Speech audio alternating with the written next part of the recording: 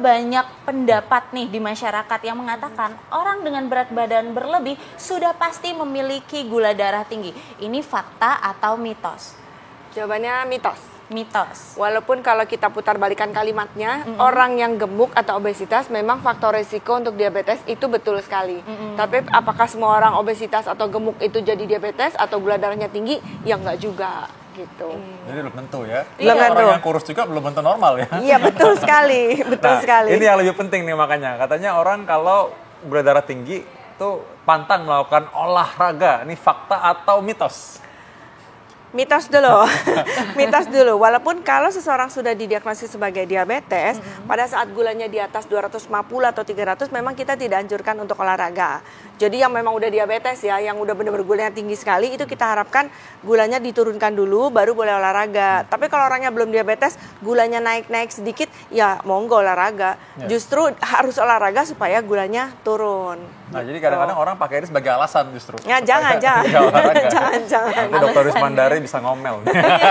Ya, ngomel untuk kebaikan tapi. Benar sekali. Nah dok, ada lagi nih masyarakat yang beranggapan katanya orang dengan kadar gula darah yang tinggi lebih mudah terkena penyakit flu dan batuk. Ini fakta atau mitos? Fakta. Karena kalau kita bicara gula darah tinggi, tentu konsepnya maksudnya orang diabetes ya. Kalau orang diabetes memang sangat mudah untuk sakit, sakit apa aja gitu. Jadi nanti kalau teman-teman nih yang nonton, kok saya sering batuk pilek, kemudian saya sering serak, sering sakit tenggorokan, mungkin dicek aja gulanya, karena memang orang yang diabetes itu sakitnya lebih gampang kena dan lebih susah sembuhnya. Betul. Nah, ini ada yang lebih penting nih sebenarnya. Karena orang ceritanya nih udah tahu bahwa saya diabetes nih. Nah, mereka udah dengar kalau orang diabetes ini katanya nggak boleh makan karbo katanya. Oh, itu penting banget. Atau mitos? Betul banget, ini penting banget. Sebenarnya berkaitan sama Dr. Jualita nih tadi ya, bagus banget. Jawabannya adalah mitos. Karena apa? Karena justru kalau orangnya sudah diabetes atau gula darahnya tinggi, ya nggak ada yang dilarang sebenarnya. Tapi yang harus adalah gizinya seimbang. Yang kita makan sehari-hari ini salahnya itu kan adalah gizinya nggak seimbang. Banyakan karbonya, banyakan lemaknya, banyakan proteinnya. Nah yang diharapkan tuh yang gizinya seimbang.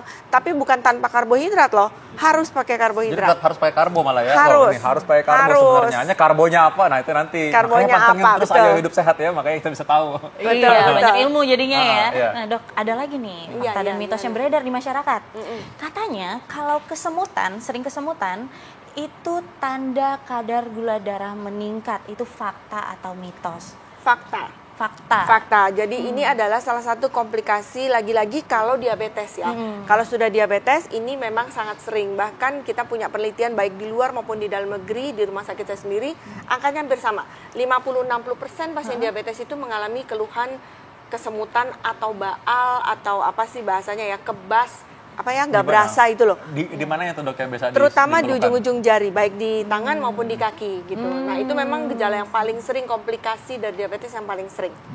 Oke. Jadi jawabannya berarti betul itu ya. kalau misalnya udah tinggi, kadarnya tinggi sekali baru terasa kesemutan. Tapi kalau misalnya kadarnya masih sedang, apakah masih ada rasa-rasa kesemutan?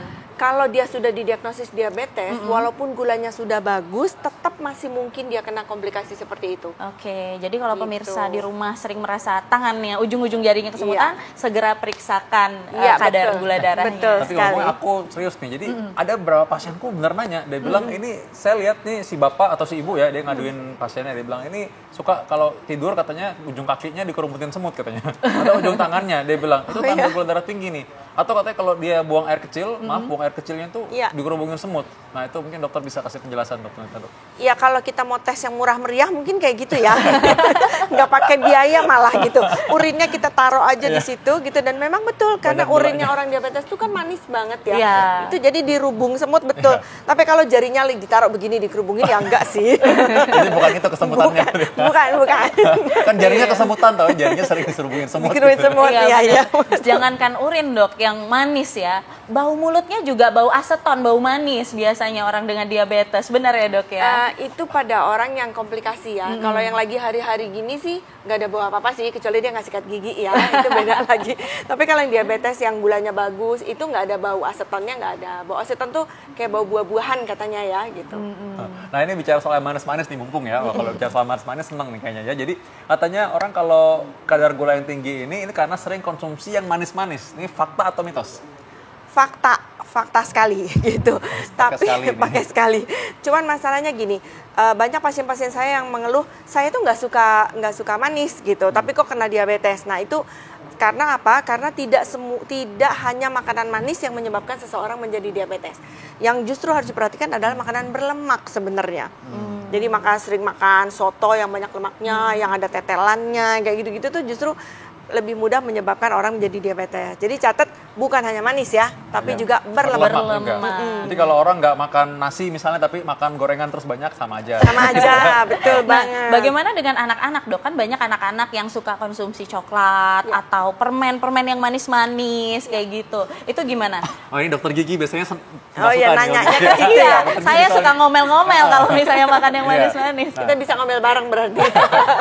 Iya, jadi kalau salahnya mungkin juga di para orang tua juga ya. Kalau ngeliat anak kecil yang gendut, yang cabi itu kan, lucu gitu. Padahal sebenarnya itu nggak lucu lagi sekarang. Karena berarti anak yang suka makan tadi manis-manis, dia jadi cenderung obes. Nah kalau obesitas jadi gampang diabetes gitu. Oke. Nah jadi bagaimana yang berikutnya nih, katanya kalau ada perempuan, ya pasti perempuan lah kalau ini, dia keputihan lalu lantas dikerubungin semut katanya. Nah itu fakta atau mitos kalau emang ini petanda bahwa ini gula darah tinggi? Maksudnya keputihannya gitu? Iya, keputihannya lalu dikerubungin semut. Dikerubungin semut? Iya. Iya, jujur sebenarnya kalau di buku-buku sih nggak ada ya yang mengatakan kalau keputihan dirubung semut. Kalau urin iya, urin didiemin ya akan dikerubungin semut. Yeah. Karena jarang sekali orang keputihan didiemin rasanya enggak ya. Karena langsung dibuang. Tapi sebenarnya apa yang keluar dari badannya memang akan mengandung gula sih. Gitu. Cuman belum ada pembuktian apakah kalau keputihan didiemin terus dirubung semut gitu sih belum ada penelitian. Ini kreatif sekali. Ini pertanyaan pemirsa nih memang. Tapi mereka berarti mengalami hal yang itu berarti. Nah, kita masih banyak bahas. Nah, terutama kita mau tahu nih sekarang bagaimana mengenai penyebabnya sebenarnya ya, penyebabnya mengenai orang yang gula darah tinggi ini. Kita akan lihat sesaat lagi. Jangan kemana-mana, tetap di Ayo Hidup Sehat. Nah lanjut kita sekarang mengenai tadi penyebabnya orang gula darah tinggi ya kan dokter Anissa pernah dong sering nanya kan, orang-orang sering nanya ke dokter kan gimana? Iya, ciri-cirinya biasanya dia sering haus ya dok ya, banyak minum air putih, terus jadi lapar, sering lapar, betul terus sekali. juga malam hari jadi buang air kecil terus ya dok sekali. ya. Padahal ternyata bukan hanya karena gula darah, bukan hanya makan makanan manis saja yang bisa menyebabkan gula darah tinggi, tapi juga makanan yang berlemak. Nah itu yang kurang disadari oleh pemirsa di rumah. Betul sekali, betul banget. Terus gimana dok nih kalau gitu bisa memberikan informasi yang benar nih karena banyak hoax yang bertebaran. Oke, baiklah. Jadi yang pasti adalah kalau misalnya kita merasa kayak tadi disebutkan, itu kita harus segera cek aja gula darah. Sekarang alatnya banyak ya. Cek pakai yang simpel itu juga bisa. Nah, kemudian untuk diet memang bukannya tidak karbohidrat, tapi semua harus masuk. Karbohidrat masuk, protein masuk, lemak masuk, tapi dengan proporsi yang berbeda-beda. Setiap orang biasanya hitungannya sedikit berbeda-beda, tetapi pada dasarnya semua zat-zat itu zat gizi itu harus masuk. Jadi jangan sampai ada yang kurang atau ada yang kelebihan di antara tiga itu. Olahraga harus sesering mungkin, karena walaupun gulanya tinggi, tapi kalau kita olahraga dan makannya bagus, nggak jadi deh itu diabetesnya, gitu loh. Sebenarnya kapan sih dok orang ini mesti cek untuk gula darah ini? Kalau secara umur yang paling gampang aja, di atas 45 tahun semua harus cek. Ya, kalau di atas 45. Kemudian kalau umurnya masih muda tapi ada obesitas, ada gemuk, itu cek juga. Kemudian pernah melahirkan bayi lebih dari 4 kilo, itu juga cek juga. Ada keluarga langsung ya, bapak, ibu, kakek, nenek, adik, kakak, itu juga kalau ada yang diabetes, Anda harus cek juga sesegera mungkin. Kemudian juga ada darah tinggi, ada kolesterol tinggi, walaupun umurnya masih muda-muda, cek aja deh. Karena itu faktor risiko tuh semua untuk terjadi diabetes. Dan yang perlu dicek itu sebenarnya gula darah sewaktu aja atau mesti puasa atau mesti cek, kan kadang-kadang ada di mall-mall mereka suka cek gampang gitu. Nah, kalau mau yang gampang mah kapan aja deh gitu. Begitu di situ ada sesuatu baru cek selanjutnya ke arah laboratorium yang pakai puasa atau yang ada tes tertentu suruh minum air gula dulu yang manis banget, tapi itu tes yang sangat sensitif. Untuk yang gampangnya sementara mau sambil numpang lewat kapotek-kapotek cek boleh. Iya. Nah dok, gejala yang umum selain yang tadi ya dok ya, itu apa aja sih supaya kita lebih waspada dan masyarakat bisa langsung, oh ternyata aku harus langsung cek nih. Sebenarnya kalau gejala-gejala yang tadi udah disebutin sama Manisa itu kita agak terlambat. Karena begitu muncul gejala-gejala gitu artinya dia sudah cenderung diabetes dan gulanya sudah tinggi selama beberapa lama. Jadi kalau mau jangan tunggu gejala dulu. Begitu ada tadi tuh ada gemuk, ada melahirkan bayi, ada hipertensi, ada kolesterol dan lain-lain, cek aja. Jadi intinya adalah prevensi. Jangan sampai tinggi dulu, jangan tunggu sampai bergejala. Gitu. Orang sampai bosan tuh kayak dengar pencegahan baik daripada pengobatan. Betul. Tapi memang benar, tapi betul memang banget.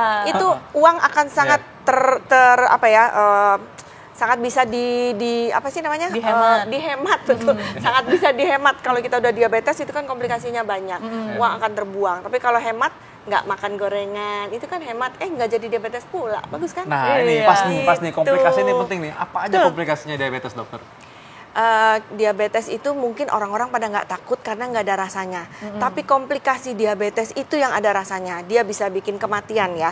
Kematiannya itu bisa dari jantung, dari stroke, kakinya diamputasi, kemudian ada gagal ginjal, kemudian matanya buta, dan maaf untuk laki-laki mungkin disfungsi ereksi, keputihan pada perempuan. Nah itu yang nggak bikin kematian ya. Tapi dua yang bikin kematian itu yang begitu udah ada gejala gitu baru pasiennya takut gitu. Iya, mati rasa. Tapi kadang-kadang justru itu yang bikin takut loh dok. Kadang-kadang kalau dibilang serangan jantung nggak terlalu takut. Oh masa sih? Tapi kalau yang dibilang wah ini nanti nggak bisa naik lagi, wah. Oh yang itu ya betul, ya itu takut ya gitu.